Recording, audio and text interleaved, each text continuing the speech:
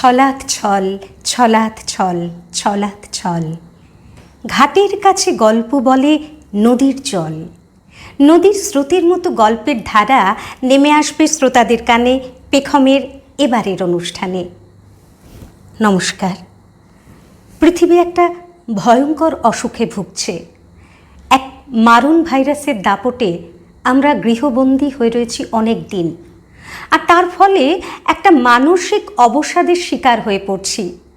সেই অবসাদ থেকে দূরে থাকার জন্য বিভিন্ন ভার্চুয়াল মাধ্যমে আমরা আমাদের শিল্পসৃষ্টির সাহায্যে মন ও মননকে একটু ভালো রাখার চেষ্টা করে যাচ্ছি অবিরত। আর সেই লক্ষ্যেই পেখম সম্প্রতি ৪২ জন সুপরিচিত বাচিক শিল্পী ও ৬ জন কৃতি কবিকে দিয়ে প্রয়াত কবি শঙ্খ ঘোষকে স্মরণ করে শঙ্খধ্বনি নামে একটি অনুষ্ঠানের আয়োজন করেছিল, যা দর্শক মহলে প্রভূত সাড়া ফেলেছে। আর সেই লক্ষ্যেই বা সেই উদ্দেশ্যেই পেখম আবারও আয়োজন করেছে অল্প কথার গল্প বাসন নামে আরেকটি অনুগল্প ও গল্প পাঠের আসরের, যেখানে সুপরিচিত বিশিষ্ট বাচিক শিল্পীরা তাঁদের উপস্থাপনায় সমৃদ্ধ করবেন আমাদের। চলে আসি অনুষ্ঠানে।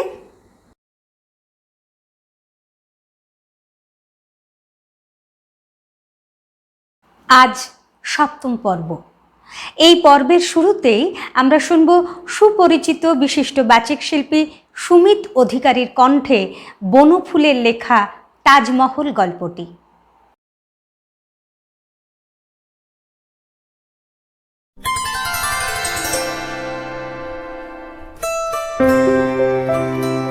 প্রথম যখন আগ্রা গিয়েছিলাম, তাজমহল দেখতেই গিয়েছিলাম। প্রথম দর্শনে সে বিষয়টা এখনো মনে আছে। ট্রেন তখন আগ্রা স্টেশনে পৌঁছয়নি। একজন সহযাত্রী বলে উঠলেন, ওই যে তাজমহল। তাড়াতাড়ি জানলা দিয়ে মুখ বাড়ালাম। ওই যে দূর থেকে দিনের আলোয় তাজমহল দেখে দমে গেলাম। চুনকাম করা সাধারণ একটা মসজিদের মতো ওই তাজমহল। তবু নেই নেমেষে চেয়ে রইলাম, হাজার হোক তাজমহল। শাহজাহানের তাজমহল। অবসন্ন অপরাহ্নে বন্দী শাহজাহান আগ্রা দুর্গের অলিন্দে বসে এই তাজমহলের দিকেই চেয়ে থাকতেন। মমতাজের বড় সাধের তাজমহল। আলমগীর নির্মম ছিলেন না, পিতার ইচ্ছা অপূর্ণ রাখেননি তিনি। মহা সমারোহে মিছিল চলেছে। সম্রাট শাহজাহান চলেছেন দিয়া সন্নিধানে। আর বিচ্ছেদ সইল না। সবাধার ধীরে ধীরে নামছে ভূগর্ভে। ওই তাজমহলেই মমতাজের ঠিক পাশে শেষ শয্যা প্রস্তুত হয়েছে তাঁর। আর একটা কবরও ছিল, হয়তো এখনো আছে ওই তাজমহলের পাশে, দারা শিকড়। চুনকাম করা সাধারণ মসজিদের মতো তাজমহল দেখতে দেখতে মিলিয়ে গেল। পূর্ণিমার পরদিন, তখনও চাঁদ ওঠেনি। জ্যোৎস্নার পূর্বাভাস দেখা দিয়েছে পূর্ব দিগন্তে। সেদিন সন্ধ্যার পর দ্বিতীয়বার দর্শন করতে গেলাম তাজমহলকে। অনুভূতিটা স্পষ্ট মনে আছে এখনো। গেট পেরিয়ে ভেতরে ঢুকতেই অস্ফুট মর্মধ্বনি কানে এলো। ঝাউবিথি থেকে নয়, মনে হলো যেন সুদূর অতীত থেকে। মর্মধ্বনি নয়, যেন একটা চাপা কান্না। ঈষৎ আলোকিত অন্ধকারে পুঞ্জীভূত তমিশ্রার মতো স্তূপীকৃত ওইটি কি তাজমহল? ধীরে ধীরে অগ্রসর হতে লাগলাম। মিনার, মিনারেট, গম্বুজ স্পষ্টতর হতে লাগলো ক্রমশ। শুভ্র আভাসও ফুটে বেরোতে লাগলো অন্ধকার ভেদ করে। তারপর অকস্মাৎ আবির্ভূত হলো, সমস্তটা মূর্ত হয়ে উঠল যেন সহসা বিস্মিত চেতনাপটে। চাঁদ উঠল। জ্যোৎস্নার স্বচ্ছ ওড়নায় অঙ্গ ঢেকে রাজরাজেশ্বরী শাহজাহান মহিষী মমতাজের স্বপ্নই অভ্যর্থনা করলে যেন আমাকে এসে স্বয়ং। মুগ্ধ দৃষ্টিতে নির্বাক হয়ে চেয়ে রইলাম। তারপর অনেক দিন কেটেছে। কোন কন্ট্রাক্টর তাজমহল থেকে কত টাকা উপার্জন করে, কোন হোটেলওয়ালা তাজমহলের দৌলতে রাজা বনে গেল, ফেরিওয়ালাগুলো বাজে পাথরের ছোট ছোট তাজমহল আর গড়গড়ার মতো সিগারেট পাইপ বিক্রি করে কত পয়সা পেটে রোজ, নিরীহ আগন্তুকদের ঠকিয়ে টাঙাগুলো কি ভীষণ ভাড়া নেয়, এইসব খবরও পুরনো হয়ে গেছে। অন্ধকারে জ্যোৎস্নালোকে, সন্ধ্যায় উষায়, শীত গ্রীষ্ম বর্ষা শরতে বহুবার বহু রূপে দেখেছি তাজমহলকে, এতবার যে আর চোখে লাগে না, চোখে পড়েই না, পাশ দিয়ে গেলেও নয়। তাজমহলে পাশ দিয়ে প্রায় যাতায়াত করতে হয় আজকাল। আগ্রার কাছে এক দাতব্য চিকিৎসালয়ে ডাক্তার হয়ে এসেছি। তাজমহল সম্বন্ধে আর মোহ নেই। একদিন, আচ্ছা গোড়া থেকেই শুনুন তাহলে। সেদিন আউটডোর সেরে বারান্দা থেকে নামছি, এক বৃদ্ধ মুসলমান গেট দিয়ে ঢুকলো। পিছে প্রকাণ্ড একটা ঝুড়ি বাঁধা, ঝুড়ির ভারে মেরুদণ্ড বেঁকে গেছে বেচারির। ভাবলাম কোনো মেওয়াওয়ালা বুঝি। ঝুড়িটা নামাতে দেখতে পেলাম ঝুড়ির ভিতর মেওয়া নয়, বোরখা পরা একজন মহিলা বসে আছে। বৃদ্ধের চেহারা অনেকটা বাউলের মতো, আলখাল্লা পরা, ধবধবে সাদা দাড়ি। এগিয়ে এসে আমাকে সেলাম করে চোস্ত উর্দু ভাষায় বললে নিজের বেগমকে পিঠে করে বয়ে এনেছে সে আমাকে দেখাবে বলে। নিতান্ত গরিব সে, আমাকে বাড়ি নিয়ে গিয়ে ফি দিয়ে দেখাবার সামর্থ্য তার নেই। আমি যদি মেহেরবানি করে কাছে যেতেই দুর্গন্ধ পেলাম একটা। হাসপাতালের ভিতরে গিয়ে বোরখা খুলতেই যদিও আপত্তি করেছিল সে। ব্যাপারটা বোঝা গেল ক্যাংক্রা মরিস, মুখের আধখানা পচে গেছে, ডান দিকের গালটা নেই, দাঁতগুলো বিভৎসভাবে বেরিয়ে পড়েছে, দুর্গন্ধে কাছে দাঁড়ানো যায় না। আমার ইনডোরেও তখন জায়গা নেই, অগত্যা হাসপাতালের বারান্দাতেই থাকতে বললাম। বারান্দাতেও কিন্তু রাখা গেল না শেষ পর্যন্ত, ভীষণ দুর্গন্ধ। অন্যান্য রোগীরা আপত্তি করতে লাগলো, কম্পাউন্ডার, ড্রেসার, এমনকি ম্যাথর পর্যন্ত কাছে যেতে রাজি হলো না। বৃদ্ধ কিন্তু নির্বিকার, দিবারাত্র সেবা করে চলেছে। সকলের আপত্তি দেখে সরাতে হলো বারান্দা থেকে। হাসপাতালের কাছে একটা বড় গাছ ছিল, তারই তলায় থাকতে বললাম, তাই থাকতে লাগলো। হাসপাতাল থেকে রোজ ওষুধ নিয়ে যেত, আমি মাঝে মাঝে গিয়ে ইঞ্জেকশন দিয়ে আসতাম। এভাবেই চলছিল। একদিন মুষলধারে বৃষ্টি নামল। আমি কল থেকে ফিরছি, হঠাৎ চোখে পড়ল বুড়ো দাঁড়িয়ে ভিজছে। একটা চাদরের দুটো খুঁট গাছের ডালে বেঁধেছে, আর দুটো খুঁট নিজে দুহাতে ধরে দাঁড়িয়ে দাঁড়িয়ে ভিজছে লোকটা। মোটর থামালাম। সামান্য চাদরের আচ্ছাদনে মুষলধারা আটকায় না। কি মুশকিল। বেগম সাহেবা দেখলাম আপাদমস্তক ভিজে গেছে, কাঁপছে ঠকঠক করে, আধখানা মুখে বিভৎস হাসি, জ্বরে গা পুড়ে যাচ্ছে। বললাম, হাসপাতালের বারান্দাতেই নিয়ে চলো আপাতত। বৃদ্ধ হঠাৎ প্রশ্ন করলে, এর কি বাঁচবার কোনো আশা আছে হুজুর? সত্যি কথাই বলতে হলো, না। বুড়ো চুপ করে দাঁড়িয়ে রইল। আমি চলে এলেন। পরদিন দেখি গাছতলা খালি, কেউ নেই। আরো কয়েকদিন পরে, সেদিনও কল থেকে ফিরছি, একটা মাঠের ভিতর দিয়ে আস্তে আস্তে বুড়োকে দেখতে পেলাম। কি যেন করছে বসে বসে, ঝাঁঝা করছে দুপুরের রোদ। কি করছে বুড়ো ওখানে? মাঠের মাঝখানে মুমূর্ষু বেগমকে নিয়ে বিব্রত হয়ে পড়েছে নাকি? এগিয়ে গেলাম। কতগুলো ভাঙা ইট আর কাদা দিয়ে বুড়ো কি যেন কাঁদছে। কি ব্যাপার মিয়া সাহেব, কি হচ্ছে এখানে? বৃদ্ধ সসম্ভ্রমে দাঁড়িয়ে ঝুঁকে সেলাম করলে আমাকে। বেগমের কবর কাঁদছি হুজুর। কবর? হ্যাঁ। চুপ করে রইলাম। খানিকক্ষণ অস্বস্তিকর নীরবতার পর জিজ্ঞাসা করলাম, তুমি থাকো কোথায়?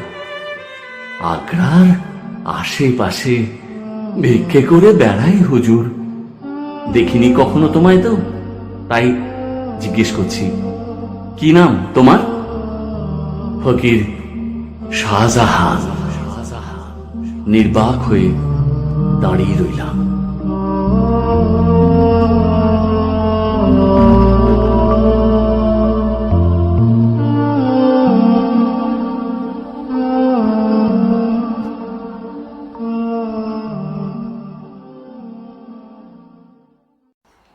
এবারে আমরা সুপরিচিত বাচিক শিল্পী দেবযানী রায়গুপ্তের কণ্ঠে শুনব বিনোদ ঘোষালের লেখা SMS গল্পটি।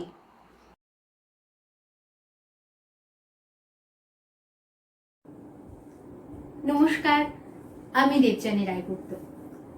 আজ আমি আপনাদেরকে সাহিত্যিক বিনোদ ঘোষালের লেখা একটি অনুগল্প পাঠ করে শোনাব। গল্পটির নাম SMS।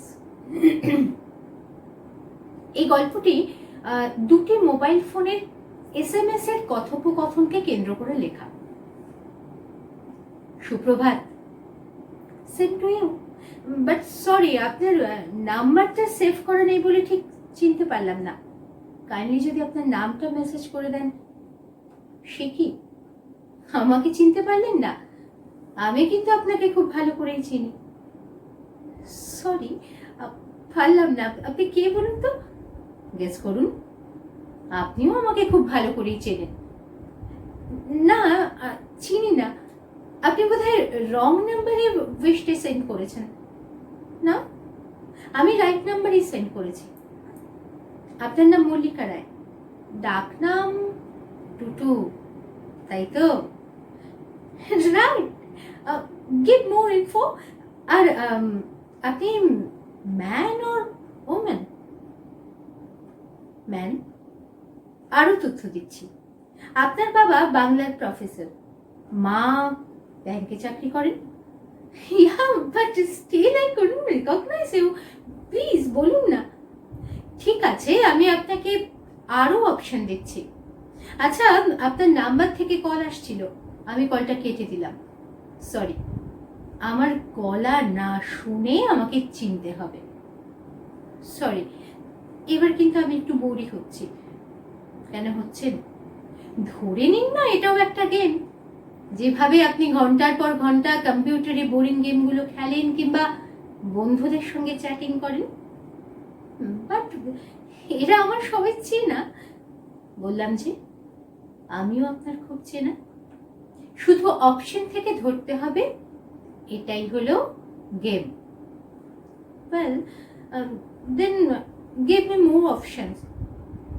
আপনার বয়স এখন 21 বছর 3 মাস 7 দিন 4 ঘন্টা 17 মিনিট। ও মাই গুডনেস, আপনি এটাও জানেন? অপশন 2, আপনার ডান দিকের কানের নিচে একটা পুরনো কাটা দাগ আছে, ছোটবেলায় বিড়ালে আঁচড়ে দিয়েছিল। আপনার ফেভারিট কালার পিঙ্ক। টপ আর জিন্স পরতে ভালোবাসেন, মাটন খান না, পিৎজার ভীষণ ভক্ত। আরো অপশন দেব কি? I'm really very much astounded. আপনি এত কিছু জানলেন কি করে বলুন তো?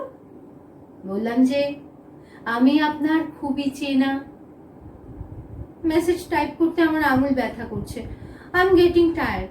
So please receive my call and finish the game. ঠিক আছে, তাহলে ছেড়ে দিচ্ছি। কিন্তু এত সহজে গেমটা ছেড়ে দিলেন? আপনি না কলেজের ভালো স্টুডেন্ট, সফটওয়্যার ইঞ্জিনিয়ারিং নিয়ে পড়বার ইচ্ছে আপনার। আপনি এটাও জানেন? ওকে ওকে, আমি আবার চান্স নিচ্ছি। আপনার অ্যাড্রেসটা বলুন তো। আপনার বাড়ির কাছাকাছি। কত কাছাকাছি? খুব। আমার ঘর থেকে আপনার বেডরুম দেখা যায়, কালার পিঙ্ক। হোয়াট? আপনি আমার বেডরুম ওয়াচ করেন? দরকার পড়ে না। আমি ইচ্ছে হলে যখন খুশি যেতে পারি আপনার ঘরে। Please limit. এবার কিন্তু একটু বাড়াবাড়ি হয়ে যাচ্ছে। একটু বাড়াবাড়ি হচ্ছে না, বিশ্বাস করুন। আপনি আপনি আপনার পোস্টাল অ্যাড্রেসটা মেসেজ করুন তো। 134/5 BC সরণি, কলকাতা 118। Are you joking? এটা আমার ফ্ল্যাটের অ্যাড্রেস। আমারও। কোন ফ্লোর বলবেন please? 4th floor, flat number 4G। ইয়ার কি হচ্ছে? এইটাই তো আমাদের ফ্ল্যাট নাম্বার। আমারও। বুঝেছি, আপনি আমার টাইম ওয়েস্ট করছেন। I am living. প্লিজ ছাড়বেন না। আপনার বেডরুমের পাশে যে ভদ্রলোক থাকেন, তার কি আজ জন্মদিন? আজ তো 21শে ফেব্রুয়ারি। ও নো, আই গট ইট। বাবা তুমি ভেরি ব্যাড। আমাকে এইভাবে কনফিউজ করো না। তুমি অন্য নাম্বার থেকে মেসেজ পাঠাচ্ছ, কি করে চিনবো বলো? ঠিকই তো, আমরা সবাই এখন এক একজন এক একটা নাম্বার। মেশিনে সেভ করা থাকলে চিনতে পারি, আর সেভ না থাকলে হাজার রেফারেন্সেও চিনতে পারি না। কি করে চিনবো বল? হাতে লেখা চিঠিতে নিজের নাম লেখা না থাকলেও হাতের লেখা দেখে ঠিক নিজের মানুষ চিনে নিত চিঠি। মনের ভেতর সেভ করা থাকতো যে, কিন্তু মেশিন পত্তরে যে সবার হাতের লেখাই একই রকম বাবু। সরি বাবা। Anyway, happy birthday. কি গিফট নেবে বলো? আমি যা চাইবো তাই দিবি? প্রমিস। আজ সারাদিন কম্পিউটারে চ্যাটিং আর মোবাইলে SMS বন্ধ রেখে আমাকে হাতে বাংলায় একটা সুন্দর চিঠি লিখবি কাগজে, বুঝলি? এখানেই শেষ হচ্ছে গল্পটি। এই গল্পটি 21শে ফেব্রুয়ারিতে আমাদের একটি বইপোকা বলে একটি আমাদের পেজ আছে, সেই বইপোকা পেজে সাহিত্যিক বিনোদ ঘোষালের এই লেখাটি প্রকাশিত হয়েছিল। সবাই ভালো থাকবেন। বাংলা ভাষাকে ভালোবেসে আমরা সবাই বাঁচব, বাংলা ভাষার চর্চা করব, হাতে হাত ধরে বাঁচব। অনেক ধন্যবাদ। অনুষ্ঠানের শেষে রয়েছেন আমাদের অত্যন্ত সুপরিচিত বিশিষ্ট বাচিক শিল্পী তাপস চৌধুরী। তার নিবেদনে রয়েছে শ্যামলী আচার্যের লেখা মুখ গল্পটি।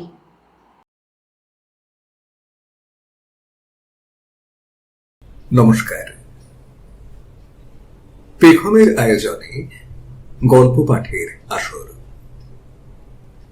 এই আসরে আমার পরিবেশনা এই মুহূর্তের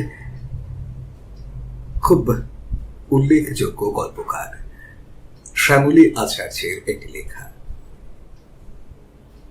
মুখ। শুরু করি। তোমাকে সত্যি কথা বলবো? এতক্ষণ মিথ্যে বলছিলে বুঝি? এমা, তা নয়। তাহলে আসলে আমাকে দেখতে তেমন ভালো নয়, তাই লাইনটা লিখেই তার তলায় একটা দুঃখ চিহ্ন জুড়ে দেয় অপালা। জানি এরপর ওপারে যিনি রয়েছেন তিনি কিছুক্ষণ নীরব থাকবেন, তারপর হাসি মুখ এঁকে দিয়ে অন্য কোনো বিষয়ে আবার চলবে কথা। এভাবেই চলছে প্রায় মাস 5। অপালার নাম এখানে অপালা নয়, বৃষ্টি ভেজা দিন তার ফেসবুক প্রোফাইল। এই নাম দেখেই অনেকে বন্ধুত্বের ডাক পাঠান তাকে। অপালা কখনো সাড়া দেয়, কখনো দেয় না। ইনবক্সে কেউ মেসেজ পাঠালে, বাড়তি কৌতূহল দেখালে চট করে ব্লক করে দেয় তাকে। কিন্তু এই মেঘলা আকাশ তাকে অন্যরকম একটা অনুভূতি দিয়েছে। এরও মুখ দেখার কোনো সুযোগ নেই। অপালা তো জানতো না মেঘলা আকাশ সত্যিই কোনো পুরুষ না মহিলা। ভেবেছিল হয়তো অপালার মতোই কেউ। একলা জীবনের গোপন পরিচয়ে তাদের সাময়িক দুঃখ ভোলার খেলা। অপালার প্রোফাইলের ছবিতে একটা জুঁই ফুলের মালা, তাতে কয়েক ফোঁটা জলের ছোঁয়া, আর মেঘলা আকাশ সাজিয়ে রেখেছে সবুজ পাতা থেকে চুইয়ে পড়া এক বিন্দু জলের ছবি। ওই এক ফোঁটা জল কেমন টানলো অপালাকে। এই প্রথমবার নিজের আগল খুলে সাড়া দিল অপালা। একটু একটু করে কথা হয়, কথা বাড়ে, ঘনিয়ে ওঠে কথার কথা, ফেনিয়ে আসে নানা কথার মায়াজাল। বিন্দু বিন্দু জলধারা কবে যে মহাসমুদ্র হয়ে টেনে নিয়েছে দুজনকেই। মেঘলা আকাশের আড়ালে নিশ্চিতভাবেই কোনো পুরুষ আছেন, এখন অন্তত অপালা জানে, বোঝে। অন্য আর 5 জনের গায়ে পড়া কৌতূহল সে কঠোর মনে সামাল দিয়েছে, কিন্তু মেঘলা আকাশকে ঠেকাতে পারেনি। কথা থেকে কবিতা, কবিতা থেকে গান, গান থেকে ছবি, বিনিময় হয় সব। ভালো লাগার পরিধিতে কি আশ্চর্য মিল! সুনীলের কবিতা থেকে জর্জ বিশ্বাসের গান। অপালা ভাবে কোনো মানুষ এতটাও থাকতে পারেন পছন্দের কাছাকাছি।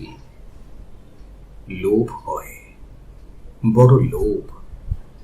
একবার অন্তত যদি নিজেকে মেলে ধরতে ধরতে হঠাৎই সেদিন নিজেকে হারিয়ে ফেলেছিল অপালা। ঠিক সেই দিনই মেঘলা আকাশ দেখতে চায় তাকে, জানতে চায় তার নাম, তার পরিচয়। মুহূর্তে শিউরে উঠে অফলাইন হয়ে গিয়েছিল অপালা। অসম্ভব, এ হতেই পারে না। কত কষ্টে, কত যত্নে তার এই গোপনীয়তা।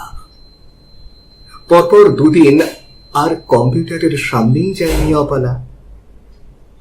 একটা অজানা আতঙ্ক, ভয়। নিজেকে সামলে নিয়ে যেদিন আবার খুলে ফেলে ফেসবুকের জানালা, কপাটের বাইরে জমে আছে মাত্র 3টি লাইন। ভুল বুঝো না, ভুল করো না, ভালো থেকো। অপালা ঝড়ের গতিতে টাইপ করতে থাকে, হেজিবিজি কত কথা, তার মধ্যে অনর্গল স্রোতের আবেগ। উল্টো দিকে মেসেজ ইনবক্সের উপরে তখনও সবুজ আলো জ্বলেনি। অন্ধকারের মধ্যেই তখনও মেঘলা আকাশ। এভাবেই মাঝে মধ্যে কথা হয় তাদের। অপালা জানতে চায় না তার পরিচয়, দেখতে চায় না মেঘলা আকাশের মুখ। জানে ইতিমধ্যে বেশ কয়েকবার এসেছে অন্যরকম ডাক। পুরুষের আহ্বান চিনতে ভুল হয় নাকি কারো?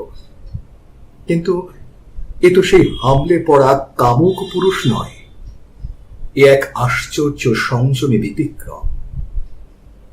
অপালার কখনো কখনো মনে হয় ছেড়ে যাক সব আবরণ, এই মোহ, এই আড়াল, এই গোপন গোপন খেলা। কিন্তু ডাক এলেই তো আবার সেই কুঁকড়ে যাওয়া। যেমন গেল আজ। দেখতে আমি তেমন ভালো নই, এই স্বীকারোক্তির আড়ালেও কি লুকিয়ে নেই এক অস্পষ্ট কৌতূহল? দেখি তো তাহলে কতটা খারাপ তুমি। আপন মনের মাধুরী দিয়েই তো তৈরি করা 2টি অবয়ব, অনেক মিলের বাঁধন, অনেক ছন্দের ইশারা। ঠিক এই মুহূর্তে যেমন জ্বলে থাকা সবুজ আলো জানিয়ে দেয়, আছি তোমার জন্য রাত্রি পাহারায়। অপালা ভাবে এবার শুতে যাবে কিনা। ঠিক সেই সময়ে একটি ছবি ভেসে ওঠে। কাঁচা পাকা চুল, চওড়া কপাল, তীক্ষ্ণ দৃষ্টি, খাড়া নাক। নিজেকে সামলে নিয়ে ঠিক তারপরে বাঁ গালের দিক থেকে চিবুক পর্যন্ত মাংস, চামড়া আর গুলে দলা পাকিয়ে জমাট বেঁধে বীভৎস। কপালা দেখে ছবির তলায় ফুটে উঠছে একের পর এক শব্দ। আমি কিংসুক দাস। ফ্যাক্টরিতে কাজ করতে গিয়ে বেকায়দায় আগুন লেগে এই আমার মুখ। অনেক বৃষ্টিতে ভিজেছি, তবু পোড়ার জ্বালা যায়নি পুরোপুরি। কি যেন বলো তুমি বারে বারে? তোমাকে দেখতে তেমন ভালো নয়, তাই না?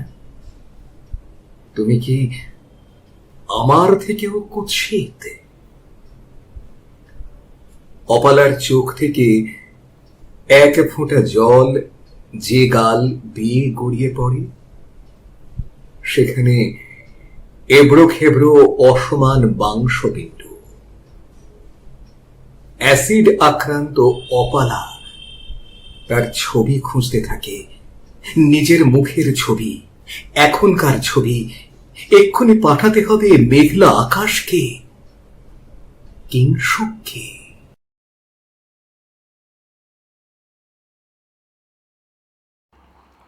আজকের মতো অনুষ্ঠান এখানেই শেষ হলো। আবার দেখা হবে আগামী পর্বে। ভালো থাকুন, সুস্থ থাকুন, মন ভালো রাখুন। নমস্কার।